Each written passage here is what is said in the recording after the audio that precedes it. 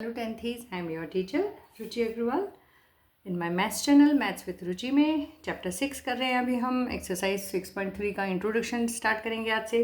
Theorem 6.3 लेके आई हूँ मैं आज, एंगल एंगल एंगल सिमिलैरिटी। अभी तक हमने क्या देखा? अभी तक हमने देखा कि दो ट्राइंगल सिमिलर होते हैं अगर 6 क्राइटेरिया, अगर दो ट्राइंगल्स के 6 क्राइटेरिया मैच करते हैं तो।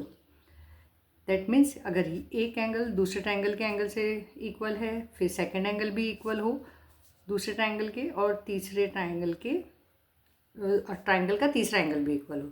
उसके अलावा हमने देखा था कि इस दो साइड्स के रेशियो, इन सब साइड्स के, जैसे ये ट्राइंगल है ए बी सी और this is D E F, ठीक है।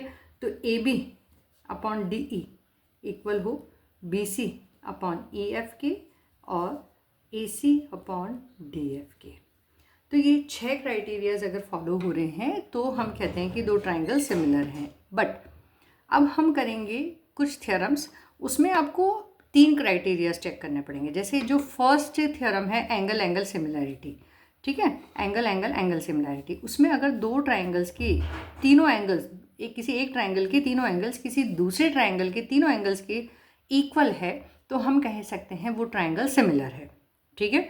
ये होगा एंगल एंगल एंगल सिमिलैरिटी। तो ये 3 क्राइटेरिया रहेंगे इसके में। तो वो अब इसको थ्योरम को हम देखते हैं क्या है ये थ्योरम और इसे कैसे प्रूव करना है। थ्योरम कहती है if in two triangles the corresponding angles are equal then their corresponding sides are proportional and hence the triangles are similar, ठीक है। कि अगर किसी दो ट्राइंगल्स में उसके कॉरस्पॉन्डिंग एंगल्स इक्वल हैं तो उसकी कॉरस्पॉन्डिंग साइड्स जो हैं वो प्रोपोर्शनल होंगी और ट्राइंगल्स जो हैं वो सिमिलर होंगे, ठीक है। यानी कहने का मतलब क्या है, अगर कोई दो ट्राइंगल इक्वी एंगुलर हैं, ये एंगल इसके इक्वल है, ये दोनों एंगल इसके इक्वल है और ये एंगल इसके इक्वल है, ठीक है। तो हम ये कह सकते हैं कि ये दोनों ट्राइंगल कैसे होंगे, सिमिलर होंगे, राइट। तो ये हमें अब प्रूव करना है। तो गिवन में क्या दिया है कि in triangle A B C and D E F, angle A is equal to angle D, angle B is equal to angle E and angle C is equal to angle F. To prove हमें क्या करना है, A B upon D E is equal to B C upon E F and A C upon is equal to A C upon D F, ठीक है। तो to prove में हम ये करेंगे। अब देखते हैं इसे करना कैसे। सबसे पहले हम क्या करेंगे, हम कंस्ट्रक्शन करेंगे। कंस्ट्रक्शन कैसे करेंगे कि ए बी जो साइड है उसके इक्वल हम डी पी को कट कर लेंगे डी ई में, और ए सी साइड के इक्वल हम डी क्यू को कट कर लेंगे। तो ये दोनों ट्राइंगल की दो साइड्स इक्वल हो गई और ये एंगल इक्वल हो गया। तो ये ट्राइंगल और इसका छोटा ट्राइंगल, इसको हम कॉन्ग्रुएंट प्रूव कर देंगे। कॉन्ग्रुएंट होने से ये एंगल बी इस एंगल पी के इक्वल आ जाएगा, ठीक है। अब बी ई के भी इक्वल है और बी पी के भी इक्वल है, तो ये दोनों कॉरस्पॉन्डिंग एंगल्स हैं, ये दोनों इक्वल हो गए, यानी ये दोनों लाइंस क्या हो गई, पैरेलल। अब बीपीटी से हम क्या कहते हैं कि भाई किसी ट्राइंगल में दो पैरेलल लाइंस हैं तो उनकी साइड्स का रेशो इक्वल होता है। तो हम उसको फिर बीपीटी लगाकर उसे सॉल्व करेंगे। देखते हैं हम इसको कैसे करना है। बहुत आसान सी थ्योरम है और आप इसे करिएगा, बहुत इंटरेस्टिंग है प्रूफ। इन ट्राइंगल, कौन सा ट्राइंगल, ए बी सी, अरे मेरा यहाँ पे कंस्ट्रक्शन लिखना रह गया, मैंने प्रूफ स्टार्ट कर दिया इसलिए मैं यहाँ पे कंस्ट्रक्शन ले रही हूँ। कंस्ट्रक्शन में हम क्या लिखेंगे, cut D P is equal to A B. हमने डी पी के इक्वल ए बी ले लिया है and D Q equal to A C, फिर जॉइन पी क्यू, ठीक है। इसको हमने ए बी के इक्वल डी पी ले लिया है और ए सी के इक्वल डी क्यू ले लिया है, अब पी क्यू को ज्वाइन कर लिया है, ठीक है। तो हम कौन से ट्राइंगल्स ले रहे हैं, ट्राइंगल ए बी सी और triangle D P Q, triangle D P Q. तो in triangle A B C and triangle D P Q, keep remember हम डी ई एफ नहीं ले रहे हैं, हम ये छोटा ट्राइंगल, ये वाला ट्राइंगल और इसके जो इक्वल ट्राइंगल हमने बनाने की कोशिश करी है वो, ठीक है।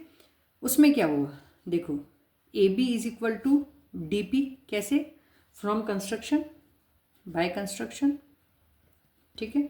दूसरा angle A is equal to angle D, given है ये हमें। A C is equal to D Q, again this is by construction, right. तो बाय एस लग गया हमारे, ये देखो ये साइड एंगल और साइड, इससे ये ट्राइंगल कॉन्ग्रुएंट हो गए। Therefore triangle A B C is congruent to triangle D P Q by SAS congruency. ठीक है, अब ये कॉन्ग्रुएंट होने का रिजल्ट क्या रहा, angle B is equal to angle P, अब हम कह सकते हैं। ठीक है, तो therefore angle B is equal to angle P, कहाँ से आया ये, CPCT से। अब एंगल B इस P के इक्वल है, अच्छा ये B E के भी इक्वल है, तो P और E इक्वल आ गए, तो therefore angle P is equal to angle E। यहाँ पे हम ब्रैकेट में दे देते हैं since angle B is also equal to angle E। देखो ये हमने गिवन में दे रखा है ना, B E के इक्वल है। ठीक है, तो P किसके बराबर आ गया, E के इक्वल। अब देखो ये दोनों एंगल इक्वल आ गए, तो क्या हो गया, कॉरस्पॉन्डिंग एंगल थ्योरम हमने देखी थी, उसमें क्या था कि भाई ये दो लाइंस हैं, उसको कोई ट्रांसवर्सल इंटरसेक्ट कर रही है और उसके कॉरस्पॉन्डिंग एंगल्स इक्वल हैं, तो हम क्या कह सकते हैं, ये these two lines will be parallel. तो बस यही हमें यहाँ पे लगाना है। ठीक है, तो इससे क्या हम कहेंगे कि ये पी क्यू जो है वो ई एफ के बराबर है। देयरफॉर पी क्यू नॉट बराबर, पैरेलल है, is parallel to E F, parallel to E F. ये इसका रीज़न क्या लिखेंगे, since corresponding angles are equal. ठीक है, अब जब ये दोनों साइड इक्वल हो गई तो देखो अब यहाँ पे आप BPT लगा सकते हो, तो DP upon PE, right, DP upon PE DQ upon QF के बराबर होगा, करेक्ट, BPT से। लेकिन हमें वो यूज़ नहीं करना है, हमें PE नहीं चाहिए, हमें DE चाहिए। तो ये हमने कोरोलरी में करा था कि DP अपॉन PE की जगह आप DP अपॉन DE का रेशियो DQ अपॉन DF के बराबर बता सकते हैं।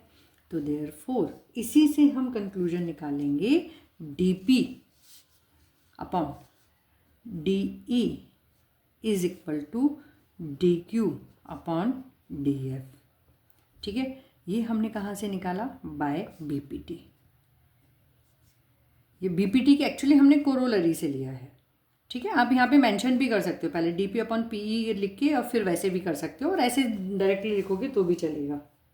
ठीक है, अब देखो ये DP, ये जो DP है ये हमने कंस्ट्रक्शन से किसके बराबर लिया है, AB के बराबर, राइट, और DQ को AC के बराबर ले रखा है, तो हम इसको रिप्लेस कर देंगे और DP की जगह रखेंगे AB upon DE is equal to AC upon DF, since DP is equal to AB and DQ is equal to AC। ठीक है, तो ये आ गया हमारे पास में। अब सिमिलरली इस AB अपॉन DE को हम BC अपॉन EF के इक्वल भी ला सकते हैं। अब इसको आपको एक दूसरा पैरेलल ड्रॉ करके लाने की जरूरत नहीं, आप सिमिलरली करके इसे लिख सकते हैं। तो similarly AB upon DE also equal to BC upon EF।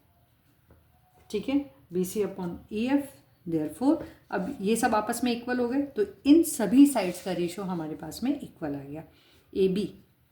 AB upon DE is equal to BC upon EF is equal to AC upon DE,